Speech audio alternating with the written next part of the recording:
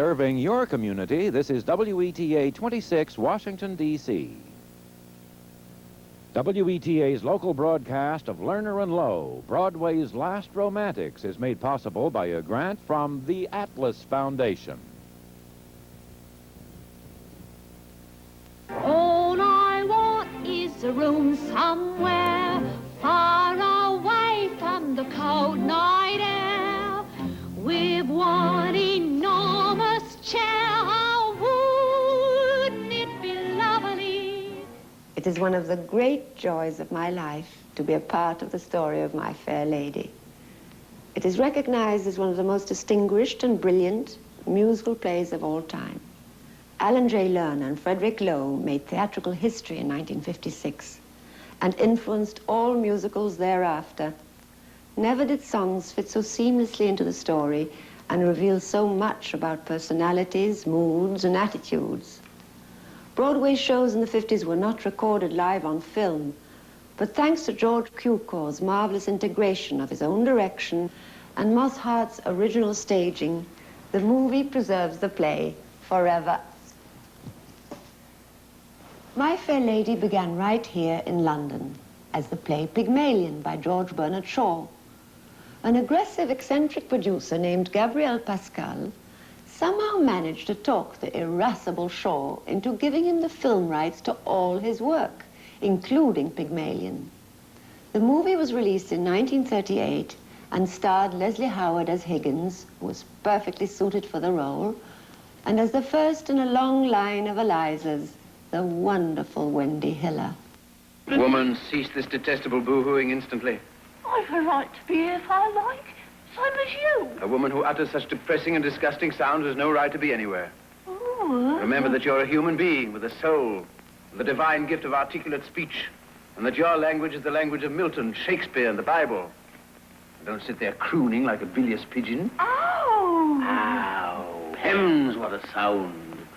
You see this creature with her curbstone English, the English that will keep her in the gutter for the rest of her days? Well, sir, in 3 months I could pass her off as a duchess at an ambassador's reception. No. Yes, I could even get her a job as a lady's maid or a shop assistant, which requires better English. You mean you could make me? Yes, you squashed cabbage leaf.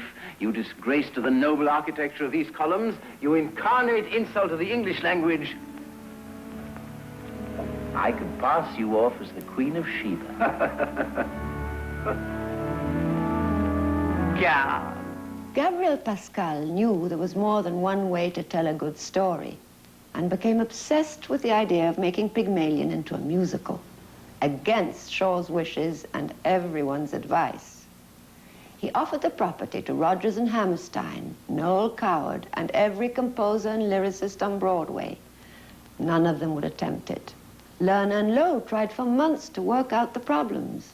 First, it was a one-set drawing room comedy. Second, it was a non-love story as Shaw had written it. They finally gave up and went their separate ways. Sometime later, Gabriel Pascal died, and his estate was in conflict with the Shaw estate over the Pygmalion rights. Things weren't working out for Alan either. I have never witnessed Alan at a lower ebb in his life and his work than he was at that time. I think that was truly a crossroad for him. One afternoon, we were sitting and talking, and he started to weep. And he said, "Nothing is working. I may never work again. I should be working with Fritz, and he won't have me." And I said, "Why don't we go to the country for the weekend and invite Fritz for lunch?" And he said he won't come. And I said, "Well, I'm going to invite him." The three of us had lunch in our little dining room in Rockland County. And Ellen said, "You know, Fritz, the rights for Pygmalion are loosening up. We've talked about it a long time." He said, "I think it's possible to get them." He said, "You know, I have an idea for the opening." And Fritz said, "What is it?" And Alan began to spin his powerful web of storytelling and dreaming and imagining. And the two of them never finished their dessert. They left the table, and there I was left alone, which was happened quite often after that. And they walked across the lawn, across the road to Alan's little studio, and they sat down and they began that afternoon writing My Fair Lady.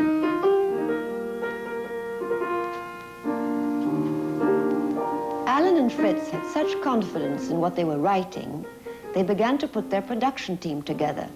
They asked Moss Hart to direct and couldn't bear to wait for his final answer. They visited him at his summer home in New Jersey. And across from our house, in this kindergarten, there was a broken down upright piano that had lost quite a few keys and had suffered from the damp. And that's the first time I heard the score, and it swept everything in front of it. It was like a love affair. It was irresistible. Morse had already heard a couple of the songs before, but they came down to Long Beach Island, to Beach Haven, to play for Morse and me. And he couldn't say no. It seemed like the most wonderful project in the world. Alan had very early on determined that the piece was more about Higgins than about Liza. It was about his dilemma of, the misogynist dilemma of having a, falling in love and not ever wanting to get married and not knowing that he was in love. So that dilemma, that growing accustomed to somebody's face dilemma, was brought focus onto the Higgins character. And then when you think of who can really play Shaw, who is really a Shavian actor, and then you have to find out whether they can sing or not. You have to go to the very, very best actors in the world to be able to deliver that. They went first to Rex. They found out what his range was and said, we have to write for this man in this manner. This man speaks songs, and that gave them a fresh approach to the musical theater at that point. Instead of writing big ballads, instead of writing romantic expressions, they could write tart, sharp, brittle, witty kinds of melodies and lyrics. Look at her, a prisoner of the gutters, condemned by every syllable she utters. By right, she should be taken out and hung for the cold-blooded murder of the English tongue. Oh, heavens, what a sound. This is what the British population calls an elementary education. Come, sir, I think you picked a poor example. Did I? Hear them down in Soho Square, dropping H's everywhere, speaking English any way they like. You, sir, did you go to school? What do you take me for, a fool? Well, no one taught him take instead of tyke. Hear a Yorkshireman, or worse, hear a Cornishman converse. I'd rather hear a choir singing flat. Chickens cackling in a barn, just like this one. Gone! Gone. I ask you, sir, what sort of word is that? It's ow and gone that keep her in her place, not her wretched clothes and dirty face. For about the first 4 weeks of rehearsals, nothing happened. Rex was very busy trying to feel his way with the role and very, very nervous and wanting to get the songs under his belt and so on. And so a lot of attention was paid to him at first. And Stanley Holloway and I were kind of pushed to one side. And so I sort of fudged around and did very badly. And I had this desperately awful feeling in the pit of my stomach that if I wasn't careful, I probably was going to be sent home. I'd seen it happen before, and I suspected it was going to happen to me.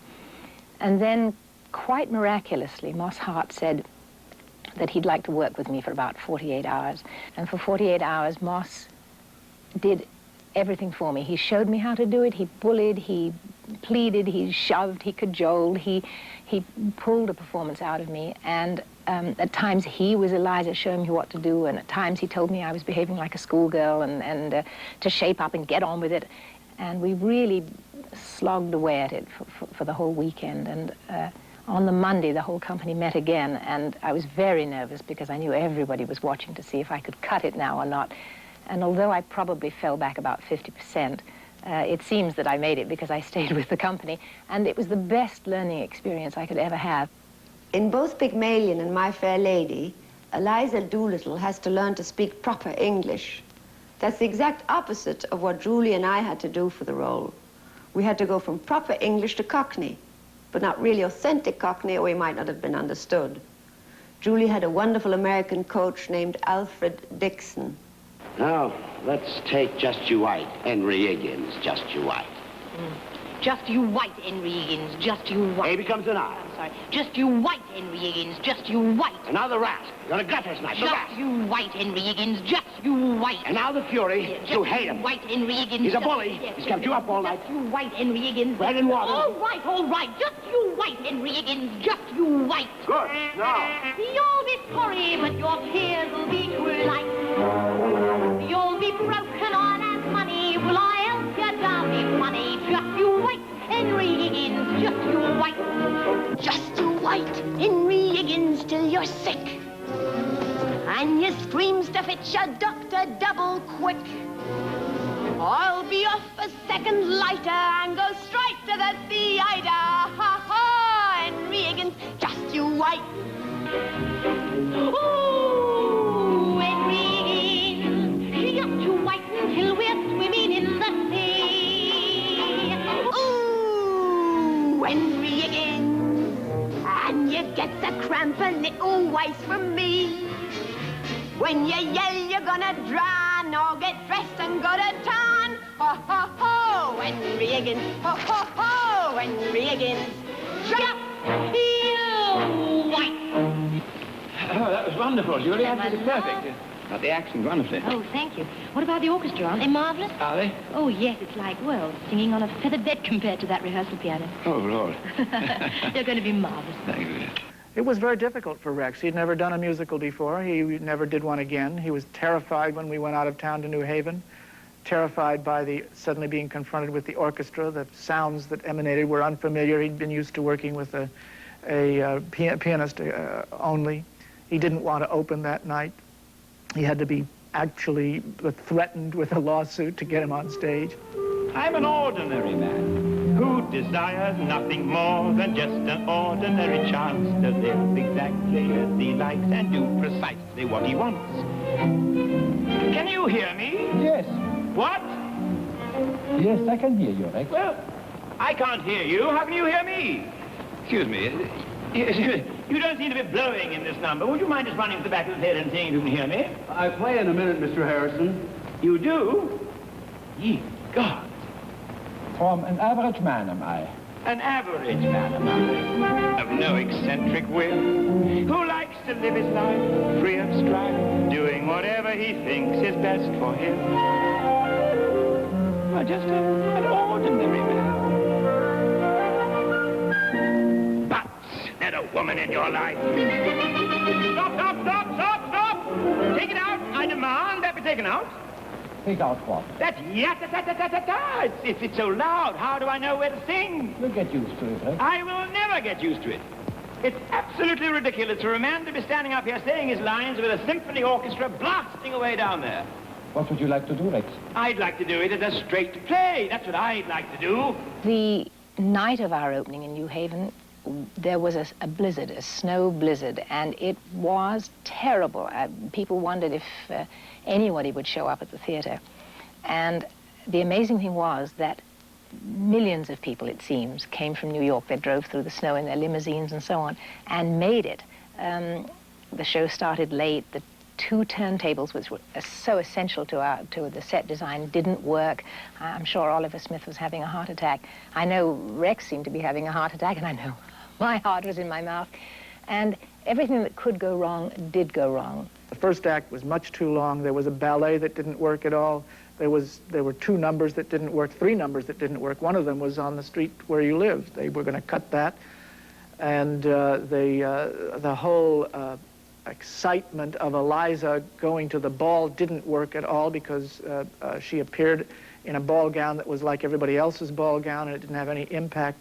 So Moss said, let's have her be ready for the ball in the study scene. So after Ascot, this tiny scene was written by Alan, and it was as I described, and at the end of it, Eliza appears at the top of the stairs in the study and just walks down the staircase, and both men are quite mesmerized by what they see, and the beautiful ball gown was shown in all its glory.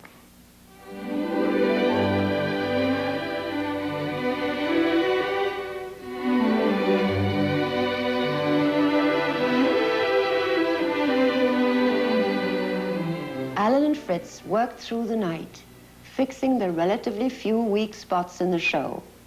On the Street Where You Live was saved by adding a new verse. The ballet and 2 numbers were cut completely and painfully, but they knew it was the right thing to do. My Fair Lady played to packed houses in New Haven and Philadelphia and opened in New York to magnificent reviews. It was an even bigger success than they had dared dream about. It played for 6.5 years on Broadway and won both the Drama Critics Award and the Tony for Best Musical. It ran for 6 years here in London, and there were touring companies all over the world. The movie was released in 1964 and introduced the genius of Lerner and Lowe to millions more. The rain in Spain stays mainly in the plain.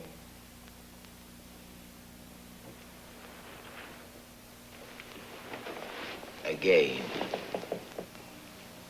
The rain in Spain stays mainly in the plain. I think she's got it. I think she's got it. The rain in Spain stays mainly in the plain. By George, she's got it. By George, she's got it. Now once again, where does it rain? On the plain, on the plain. And where's that soggy plain? In Spain, in Spain. The rain in Spain stays mainly in the plain. Bravo! Wave a little bit, wave a little bit, wave a little bit, a luck you won't get on. Wave a little bit, wave a little bit, wave a little bit of blooming lawn. At the gate of all the horses, waiting for the cue to fly away. What a ripping, absolutely ripping moment at the Ascot opening day. I'm getting married in the morning. Ding dong, the bells are gonna chime. Some bloke who's able, lift up the table and get me to the church on time. People stop and stare, they don't bother me, for there's nowhere else on earth that I would rather be. Let the time go by, I won't care if I can be here on the street where you live.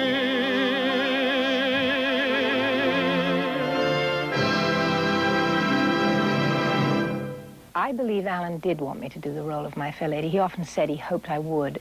He sort of gently hinted that there was an awful lot going against me, that I wasn't a big name, that I'd never made a movie before, that I wasn't tested and tried in film. And to be honest, I didn't hold out that much hope that I was going to get the role. I wished for it and wanted it, but I don't think I thought I would get it.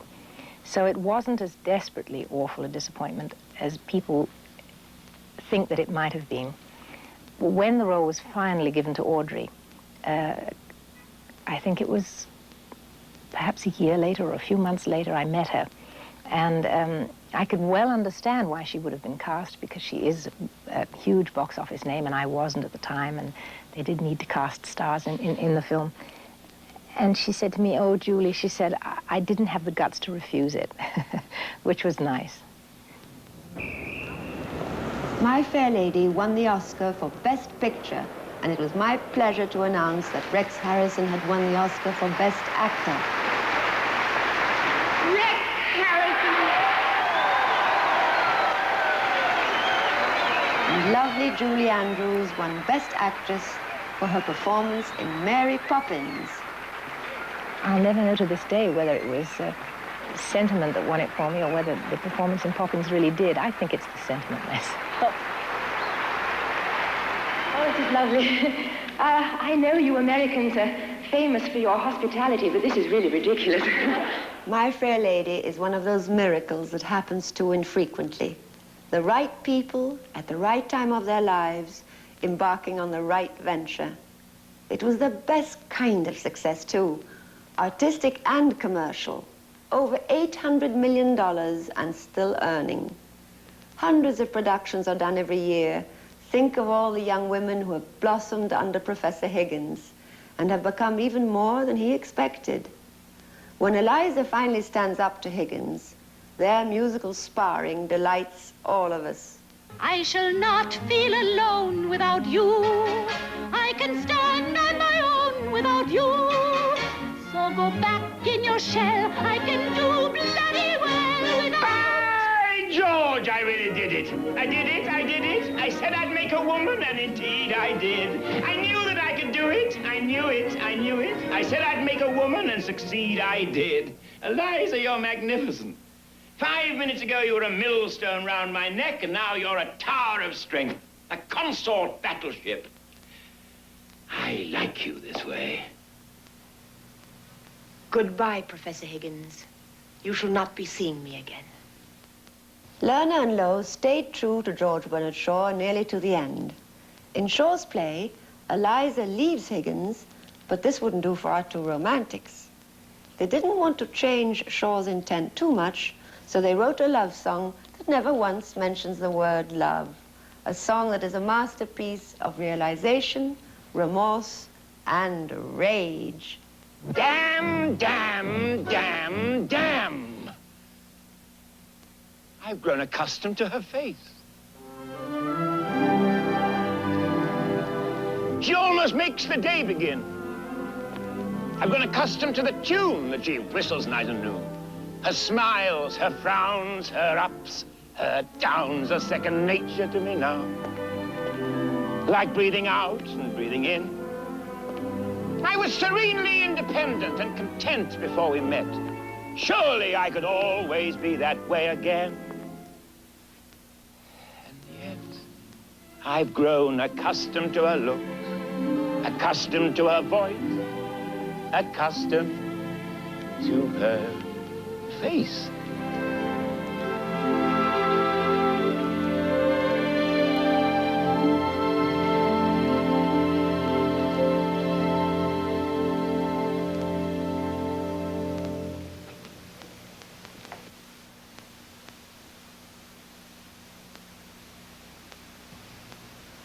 I washed my face and hands before I come, I did.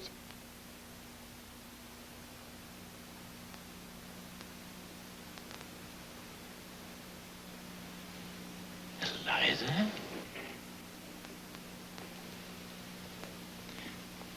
Where the devil are my slippers?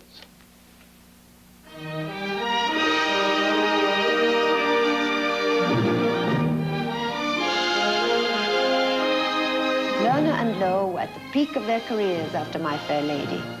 In part 3, Richard Kiley takes you through the glorious years of Gigi and Camelot.